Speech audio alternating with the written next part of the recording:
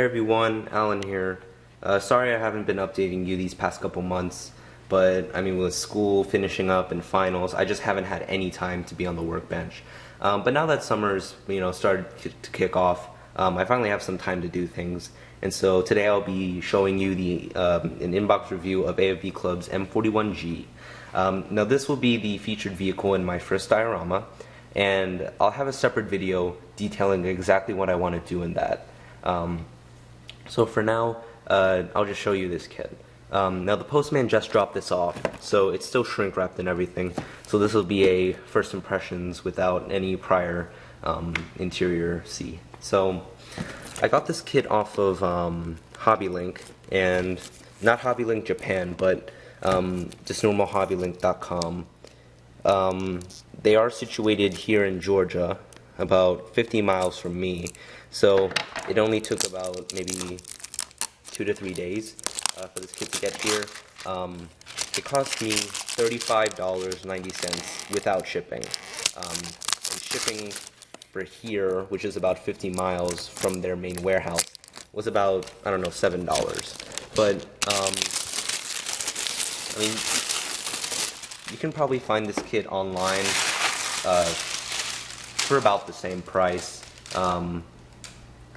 I've found that looking online that these kits don't really cost any differently from where you get it. So it doesn't really matter where you get it from. The price will always be around $40.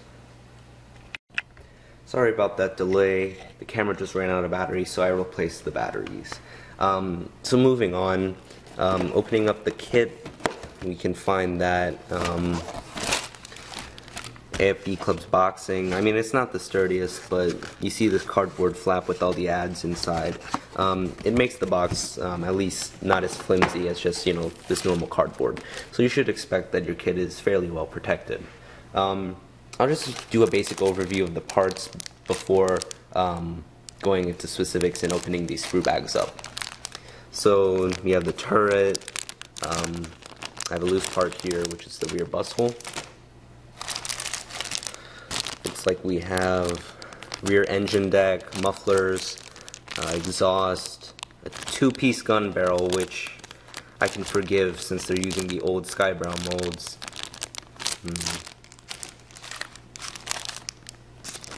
We have looks like the top hole is not molded in like a solid piece, so they have like these, top hole pieces.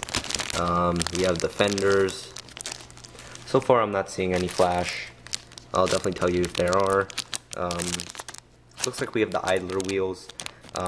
Now compared to the Tamiya kit of old, these idler wheels do have the holes in the side for, I think, mud clearing. So these are the correct idlers. Looks like a just general hole pieces, some pioneering tools, and some specific parts to this variant. You have your road wheels, suspension arms, and sprockets. Plastic vinyl tracks, which actually, hang on, I don't think my camera will focus, but these tracks are fairly good for vinyl. I mean, I'm used to Tamiya kits, so these definitely look fancy for me. We have the lower hull with some poly caps and the flexible vinyl mantlet. Now, having read reviews, I can't independently verify this, but apparently this kit's turret, because it's from the sky brown molds, the turret is actually more accurate than the AFV Club kits. Now, it's not so different to the point where AFV Club's kit is like so you would need to like completely redo it. But it's different to the point where the mantlet covers are different. AFV Club actually provides you the mantlet cover from the original Skybrow M41 as opposed to their M41 mantlet cover, since they cannot be interchanged. We have our decal sheet, decals, whatever. Small string for the tow cable. Decals look fairly in register. I think there's a West German variant, and there are a couple decals for the Belgian variant, which I will be building this kit as. And finally, we have a nice big instruction sheet with a sprue map on the back. So I'll go through the parts, I'll take them out of the bags and show you up close first, and then we can get into the instructions. Alright, so first up we have our lower hull tub and mantlet cover. Just as a note, I haven't seen any flash yet at all in this kit. I will definitely tell you if there are, but so far I have not seen any. So the molding seems to be quite good on this, even though the sky brown molds on this are from, I think, 2001. So, I mean, lower hull tub, it's not much I can say. The bottom is fairly nicely detailed. You have your escape hatch, you know, some various bits and bobs. So, yeah, fairly nice. We have our flexible mantlet cover, our Pioneer tool rack with a pickaxe that has a separately molded head, very nice. And we have our polycaps for our road wheels and idler wheels. Already showed you the tracks. Next up we have the road wheel sprue.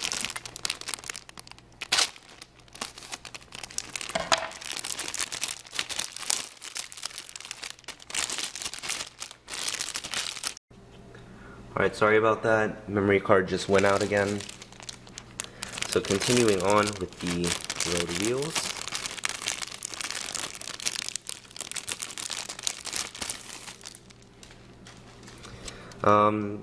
These are not identical sprues, so I'll show you them both. Actually, they are. Yeah, these are identical sprues. Sorry. So we have our nicely molded road wheels, and as you can see, the hub detail is very nice. Sorry, my camera can't focus well. Drive sprockets. All of these have really nice bolt details. So if you give it a, you know, a little like a brown or black wash, then it should bring everything out. The plastic on this kit, it feels like just the perfect amount of between brittle and soft, so it shouldn't be too difficult to get off these sprues, and it is good quality plastic. Keep in mind, I've only built Tamiya kits thus far, so this kit does seem like a light year ahead for me.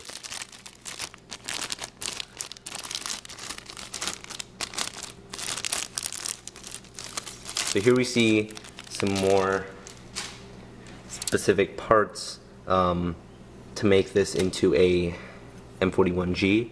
For example, you see the muffler here, but it also has this extension piece to move it to the front. And the reason that the muffler was in front of the vehicle, let me show you the box art.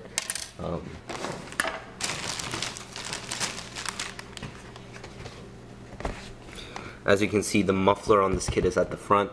That's because when the Germans got the M41, Germany has some very strict anti-noise pollution laws. So having the muffler in the front actually reduced the sound. But anyway, we have the German MG here. There is a 50 caliber included in this kit, which I will find later. I mean, nothing much on this sprue that we haven't really already seen, just some basic pioneering tools and small detail parts. This sprue is identical to the other one. I think it just provides you the other half of some of these items. So next up we have the fenders and the main sort of whole part.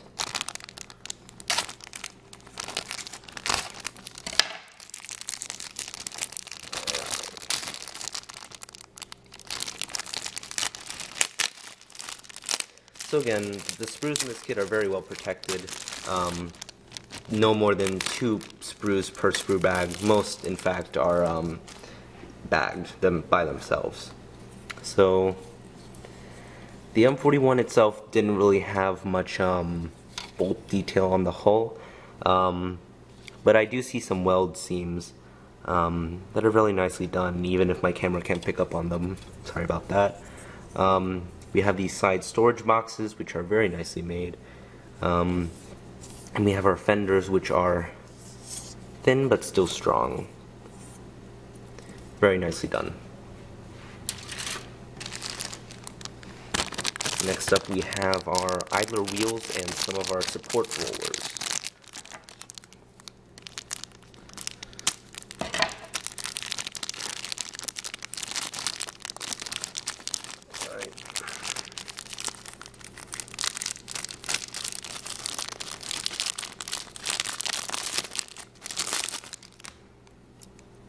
Once again, we have 2 identical sprues.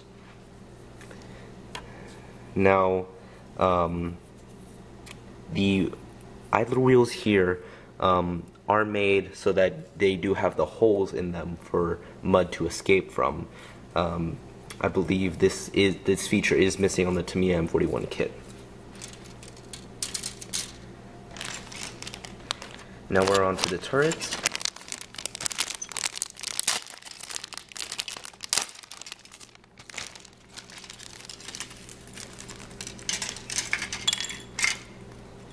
Now here's a small part of the rear turret rack, which I think, yeah, it fell off the sprue.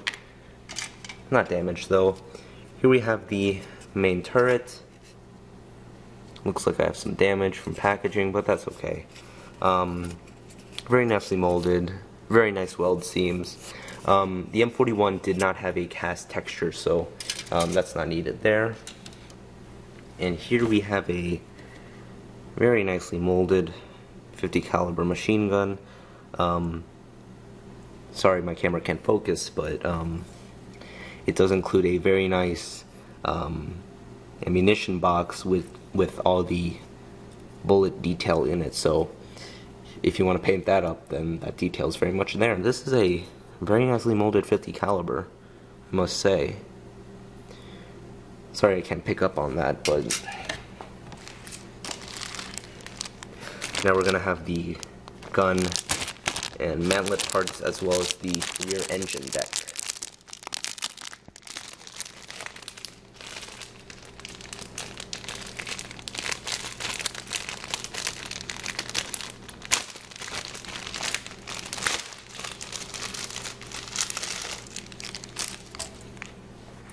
So once again, very nice detail on this engine deck.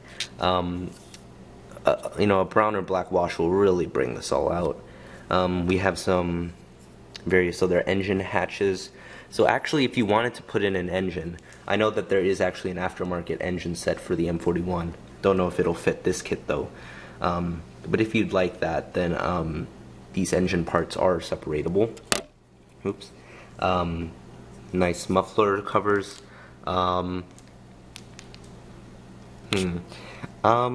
I would probably, as I'm building this kit, I'll probably paint these up differently because these parts did rust, and you have this cover for the muffler. Alright, we're back. So these mufflers are pretty nice, in conclusion. And as you can see, all the pin marks are mostly on the inside. So unless you're doing some sort of interior, you really shouldn't see any ejector pin marks. So now we have the 2-piece barrel, which is, you know, but oh well. You have your jerry cans, nothing too fancy. Your hatches, your loader and commander's hatches, and several just handles and other fragile pieces that you may want to watch out for if you're making the kit. I'm not going to take the decals out of their little protective sheet. I'm just gonna keep them safe for when I use them. They look slightly out of register, however I will see how they function when I actually use them. So now on to the instructions. You just have a really short blurb about the M41. Now, having seen these instructions online before, I can tell you that while the AFV Club does give you the decals and the instructions to make the Belgian Army variant right here, in the instructions they don't tell you how to make, they don't show you which pieces to omit when you're actually making the vehicle. So while I'm here, I might as well just show you the paint schemes. We have 1, 2, 3, 4, 4 paint schemes for the German Army and 1 for the Belgium Army. Now all of these are basically the same. They all have the same color scheme.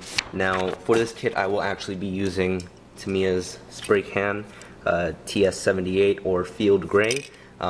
Based on references, I felt that that was the best color to use for the Belgian variant. So you start off with installing the fenders, some basic hull pieces. Then you start with suspension arms, your road wheels, sprockets, and basic suspension stuff. Then you get up to the upper hull. These instructions are very clear and easy to follow. A good amount of things to do on every step, but not too much. You have your upper hull assembly, further assembly, you got your tool racks, which, yeah, I'll definitely paint those first and then install them. Then we move on to the turret. As you can see here, the gun barrel is movable and the mantlet cover is flexible, so you can move this. However, I will tell you how the paint goes when I finally get to paint it. Here we have the finishing up the turret, your machine guns, and final assembly. Now, I'll go back through the instructions and tell you how to make the Belgian variant. Now, I'll probably find more things as the build progresses, but for example, B11, this piece right here, camera can't focus, but as you can see on the back, no, you can't because of my camera, but it's a small little piece that basically, it's sort of like a unit marking, I think, but the Belgian Army doesn't use that, so you would omit that, and I'll re-emphasize that once I'm going through the build of this kit. Really, the only other thing you're going to have to change is not to install these grenade launchers, and also when you're doing the hull, I'll show you how to do this, but basically what you're going to do is instead of installing this muffler at the front, you're going to have to switch it around and install it on this back muffler. So that was AFV Club's M41G. Hope you guys enjoyed. I'll definitely be putting up more videos later this week or in the next couple days explaining how I plan to do this diorama. And if you have any questions, comments, concerns, just type it in the bottom of the comment section. Now, this will be my first diorama, so I'm definitely going to be trying some new weathering techniques and just trying out some new stuff on this. So I'll see you guys next time. Alan out.